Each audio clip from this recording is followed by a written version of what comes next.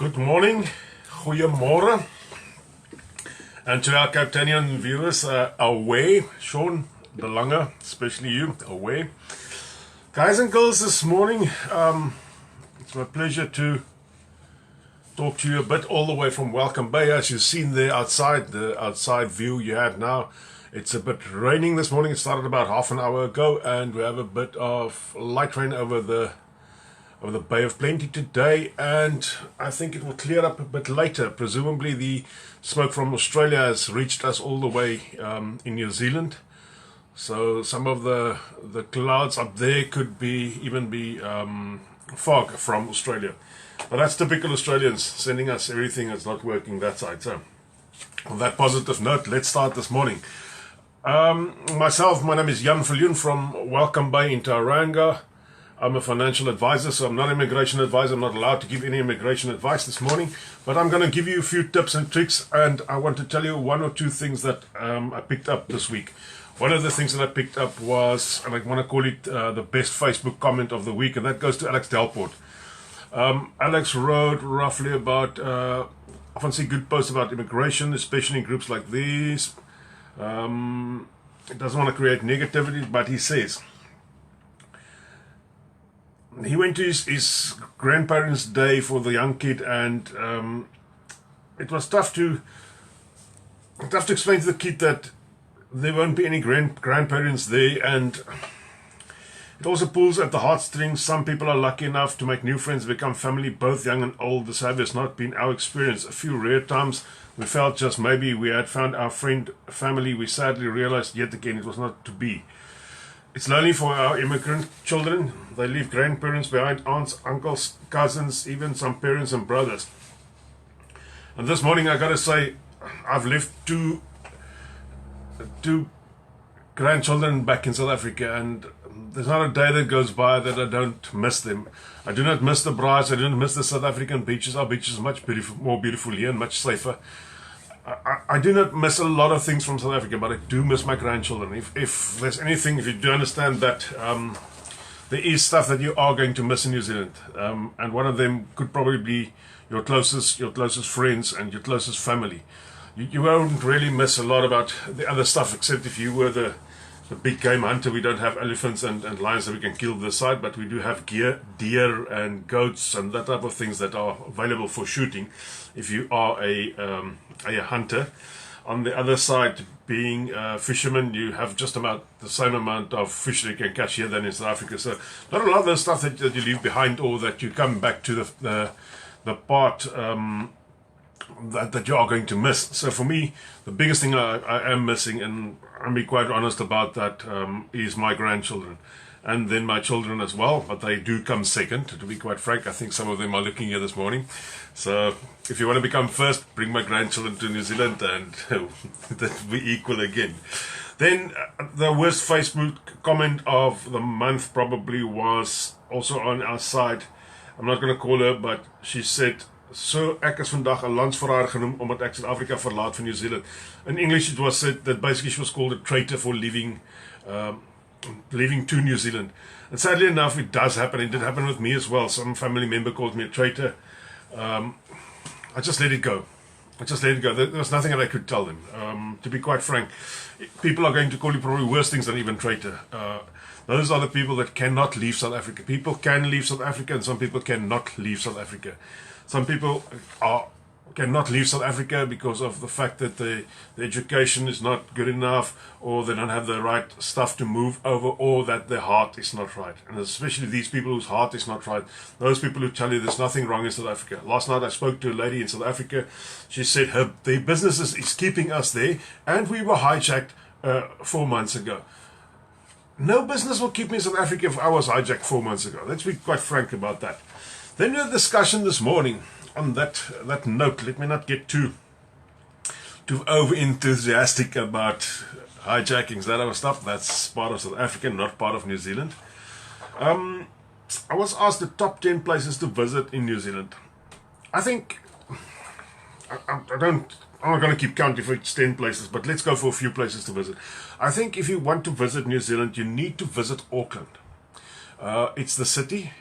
You can easily easily find out if the city is for you. This New Zealand, Auckland's basically the biggest city around or in New Zealand, so you won't find anything big. And if you miss Auckland, I think you miss a type of experience. Except that the traffic being bad there, Auckland is quite a clean city. Really, it's one of those cities you want to walk through the streets. You want to take the ferry to Devonport. You want to go and eat the pizza somewhere.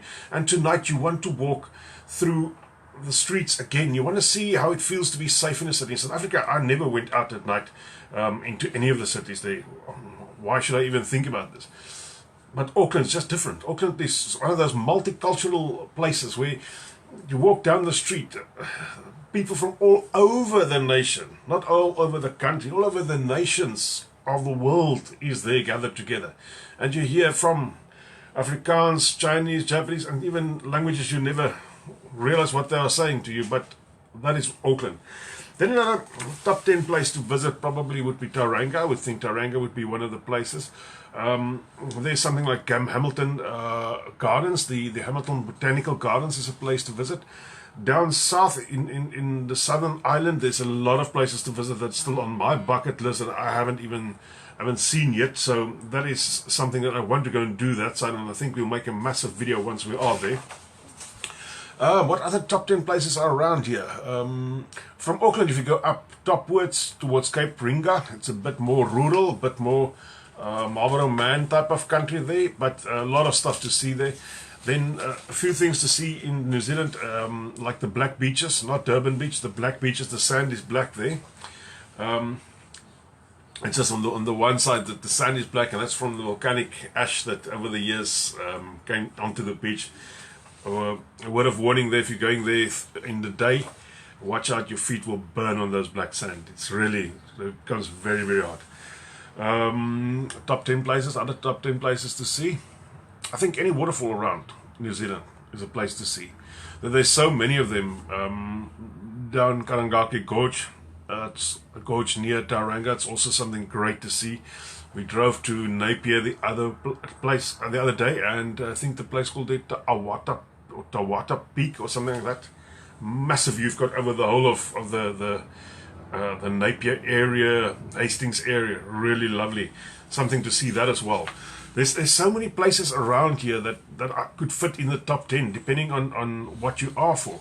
If you are here for nightlife, probably Auckland, or otherwise, if your nightlife ends at 9, probably the rest of New Zealand. So if you are here for the cafe experience, you've got to be up at 7 o'clock to have some of these stuff.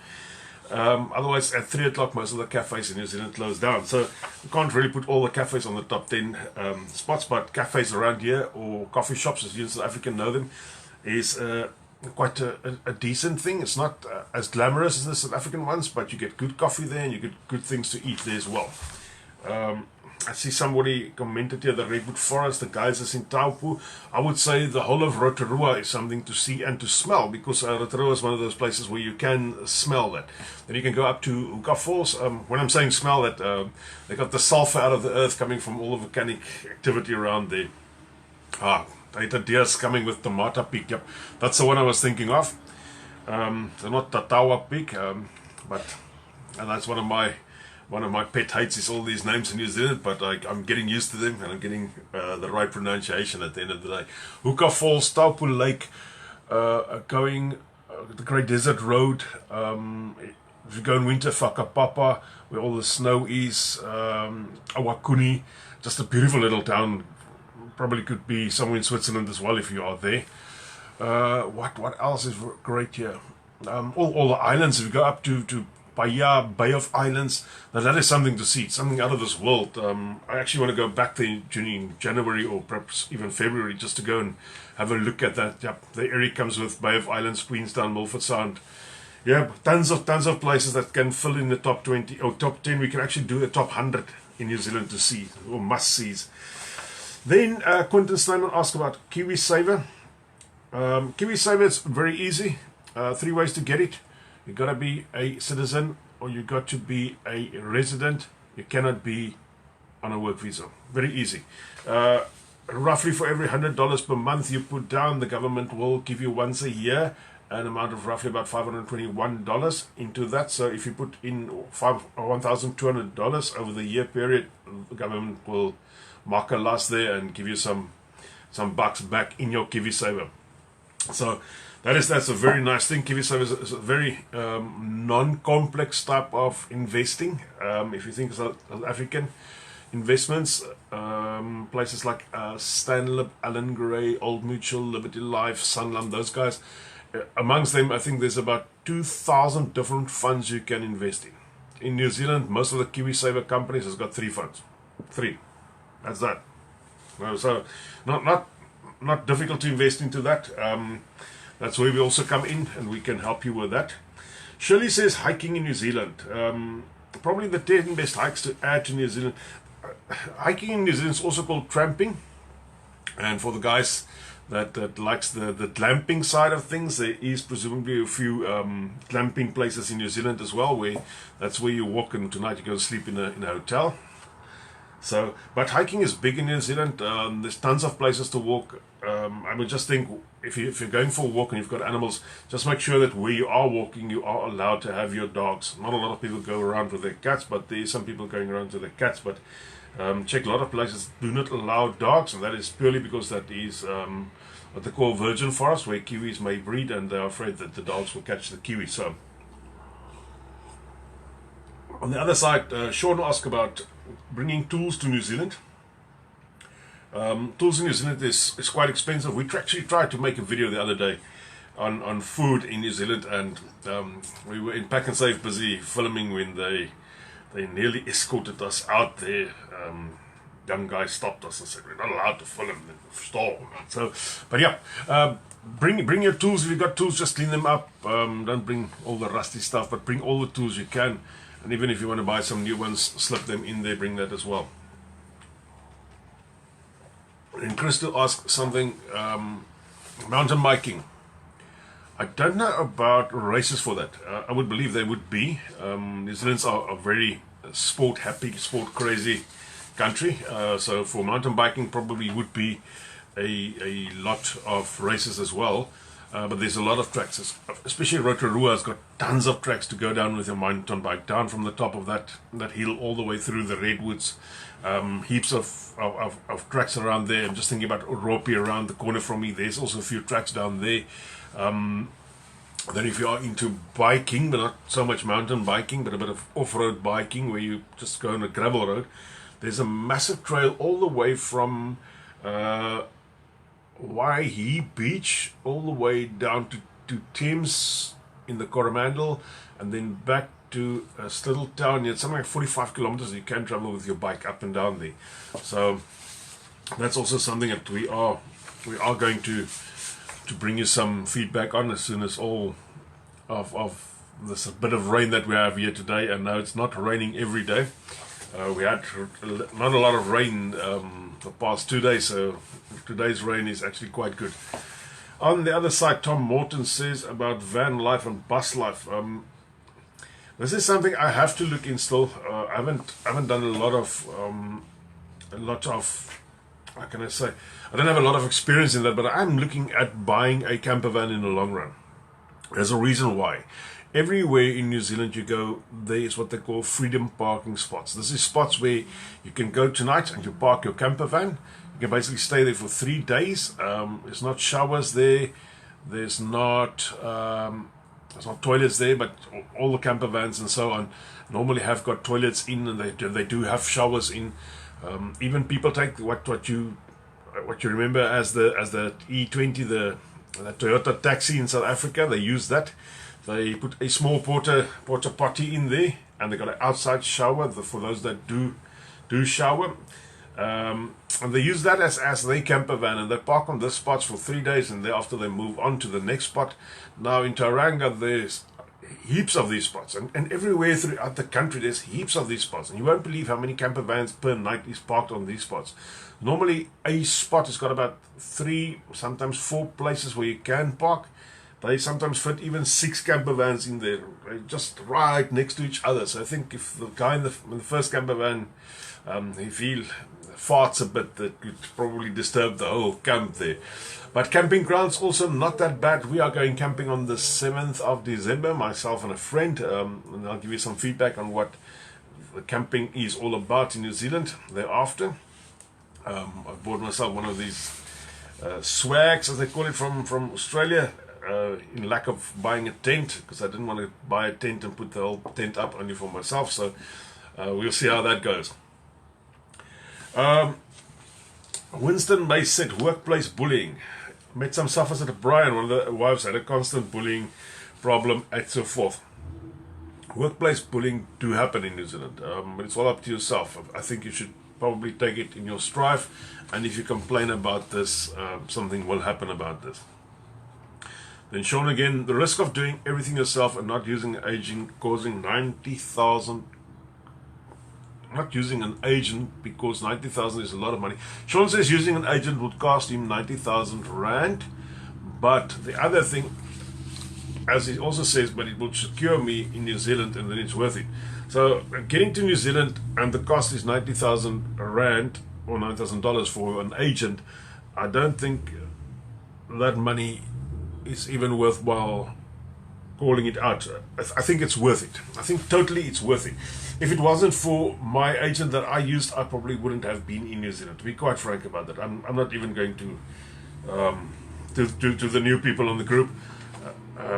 While we were busy with our immigration process, they found out I had a small heart problem. I had an open heart surgery, 5 bypasses, and from there on it took us about just over a year to reach New Zealand. Even with that heart problem, I could still come to New Zealand with the help of this agent, and I cannot see how I would have been here if it wasn't for his help and his consistent being there for us. Except this is quite a lonely road once you decide to immigrate, and being all alone on this road has made me has caused me to make the constant decision that I will be there for other South Africans. And even last night I had about 4 or 5 different calls from different people regarding their journey here and how it's going, and I could even share the good news with somebody after months that their visas were approved. I'm not the immigration agent, they just told me about this. So on that I could hold their hand for this period of time. And I coming here, nobody held my hand, and I just felt that if it wasn't for this agent, I probably would have given up as well. At a certain stage, while we were traveling South Africa, because we've sold our house, we've done everything, our house contents was in storage, ready to ship. As soon as we found out that I had the heart problem, I decided to go for the suggested operation. And within a week I was in the operating theatre, and it took me 3 months just to get back to being half normal after that. And for this whole process, our immigration was put on hold, actually, until we came to the final point. Eventually, myself and the wife said to each other, it looks like Immigration New Zealand just doesn't know how to say no to us anymore. So they're just stringing us out for this period of time. And while we were waiting for them, if it wasn't for this agent, and let me call him Wayne Nelson, if it wasn't him, he's a lawyer in Auckland, you can look him up, Afrikaans guy, speaks Afrikaans like me and everybody else. If it wasn't for him holding our hands for this period of time, and then I would say Herman Roth as well, the guy I work for in South Africa, or in New Zealand, if it wasn't for them holding my hand through this period, nobody else was doing this for me. So we were out there on a limb. We didn't know if we were going to move to New Zealand or we were going to stay in South Africa, and I knew I didn't want to stay in South Africa. So for me, that was as clear as daylight. There was no turnaround. There was no way that I could stay in South Africa. I think that made the determination for me so much more personal. If I hear about your stories and the ways that some people are struggling to come to New Zealand, and a lot of people is struggling, and if you are struggling and you really are bumping your head against the proverbial wall, feel free to get hold of me. Feel free to contact me. Feel free to to come to the point that you say, Jan, reach out, and I'm willing to do that. Guys and girls, and on that note, if you are ever in Tauranga, come and have a coffee with me. I had some nice coffees with beautiful people this week as well. I think the class of people coming to New Zealand these days is quite high, and I've got good hope for New Zealand from the Afrikaner side. So, yeah, that's on the short side. Let's see if somebody has some questions here that we can help with. Also, be Snowman asking if there's any work for young boys in the agricultural field. I heard about something like that last week. I just will think, I'll just rack my brain up a bit there. Kerry's saying the spirit coming up December to Jan. Immigration New Zealand is closed for a shorter period, I think about 2 weeks or something. But that's over the Christmas period directly. Guys, I'm talking about Christmas. We've got a Christmas picnic in the park on Christmas Day down in McLaren Falls Park. I see a lot of people, as already said, that are coming through. If you're coming through from further than Tauranga, because McLaren Falls Park is about 15 kilometers, I think, out of Tauranga.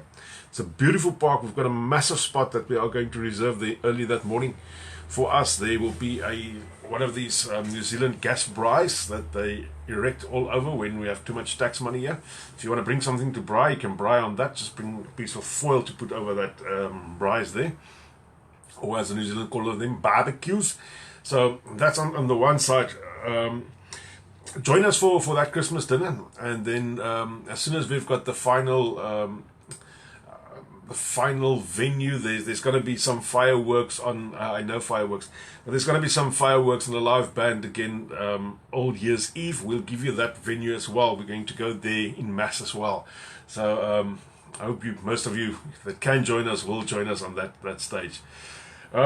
As about 7 minutes left, let's see what else can come up. When is the best time to come and secure a job traveling from Auckland through major towns to Wellington and back? That's from Natasha.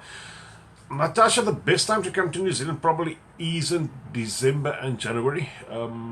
Things are a bit more laid back. Everybody wants to go to the beach. Just want to relax after this year we had. But if it's a very, very type of specific job, I'm thinking mechanic, that type of things that never really, I mean, the mechanic work never just really stops. So you will always find somebody somewhere that will look and listen to you. But make sure that you do make appointments or set up meetings before you come over to New Zealand. Don't come stop on the airport with your CV. Sadly enough, those days are gone. Andre Pierre says, how long is the process to bring a family over to New Zealand? Andre, how long is a piece of string? That's, to be quite frank, if everything goes well with you guys, it could be as quick as 3-4 weeks. If it's on a work visa, if you do something else and there's anybody that's ill or that they need more medicals for, it's just as long as it happens. So the big thing is that you can make up your mind, decide to come over, have all your stuff ready before even applying for a job, except for the police clearances. Get that as soon as your job ready, get that then. So because that expires, and the medicals medicals normally take about a day. So say, let me see, Lawrence was saying, hi Jan, I'm coming over from Pretoria and got a job in Otahuhu. Would it be better to look for a place in Auckland or Waikato? I'm not big on city life. If you're not big on city life, Waikato is probably more rural. I don't know where Otahuhu is. I'll have a Google on that a bit later and have a look around that. Auckland is city life, Auckland is traffic. If you're going to work in Auckland, it's probably better to stay in Auckland, but the job in Otahuhu, if there's, stay as near as possible to where you're working. So that's just as easy as that. Works in South Africa, it works here as well. Natasha's saying, if I came and in April and first week of May, would the companies be open for insurance, diesel mechanic and plumbing? Yep, they will all be ready and waiting for your CVs, and let's hope that somebody sees your worth there and give you a position as soon as possible. Benita also saying best time to come and secure a job will be around Feb. I fully agree there. That's the time that people are getting ready, shaking their businesses up, saying let's take on people for the new year, let's see how we are going. And then Sean asking, what was your agent's name? This is Wyan Nelson. He's a lawyer in Auckland. If you do not want to use a lawyer, you can also ask Vanita, who's just at the top of your left a message there. She's an immigration agent as well, and she's a trusted friend from this page as well. Guys and girls, that's about 4 minutes left for us, so let's quickly think what happened the last week in New Zealand that's newsworthy. Somewhere along the line, somebody set fire to a playground in Tauranga. Why they did that, we don't know. And yesterday there was a very weird police chase in Mata actually. I will have a look and see if I can get the video footage of that and place that on here. It's actually quite weird. The police in New Zealand, if there's a chase and once they get your vehicle's registration number, they're willing to back down and let you run your course. Andre Berger saying, getting into contact with me due to my friend Brandon Blake that I helped. And all right, yep, we had a bit of a talk with Brandon as well. Guys, if you are here and you need some help and you need some inside info on how some of the stuff work here, feel free to get hold of me. Come drink a coffee, walk in if it's late at night. We can even have a little of a barbecue if it's not raining, because you know it's always raining in New Zealand. So that's one of the myths that we are trying to dispel from people. And this morning rain has stopped. It's a bit overcast now. After the hot weather we had about a week and a half ago, it went up to 35 one day. Not every day it went up to 35, but thereafter we had quite decent weather. I can officially say that summer is here. So this morning it looks like that's my story. I don't know if anybody else has got anything else that they want to ask us. Yep, as the season is coming on now, you guys in South Africa got to know that it's shopping time for the people who want to have an extra Christmas. So it's time that you keep a bit more safer. It was always a time of worry for me this, but in New Zealand we don't even have burglar bars, so no more worries this side. But on the other hand, stay safe in South Africa, guys and girls. My name is Jan Viljoen, all the way from Welcome Bay in Tauranga. We're on the North Island, and I'm a financial advisor. So if you need any advice regarding your finances in New Zealand, your life insurance, your disabilities, your income protection, your Kiwisaver, your health covers, and what we are currently doing, we have got this special that we are running with helping South Africans getting a will in New Zealand as well. We've now even gone further. We're busy giving New Zealanders or new South African immigrants, giving them enduring power of attorney forms as well, so that they can just complete that, and if anything bad happens to their partner, they can continue with their finances in New Zealand. So that's just a few ways that we are trying to make the world easier for you guys coming over, because we know how difficult it can be. Reach out to me, get out there, and to our clients who we haven't sent the enduring power of attorney yet, we will be sending out an email regarding this soon, and then you can just ask for yours. So I do not have on record who I have sent it to or not yet. Guys and girls, that's me all the way from Tauranga. I gotta say, love you, leave you, and I'll show you a bit of the end of our rainstorm here. Thanks, see you all.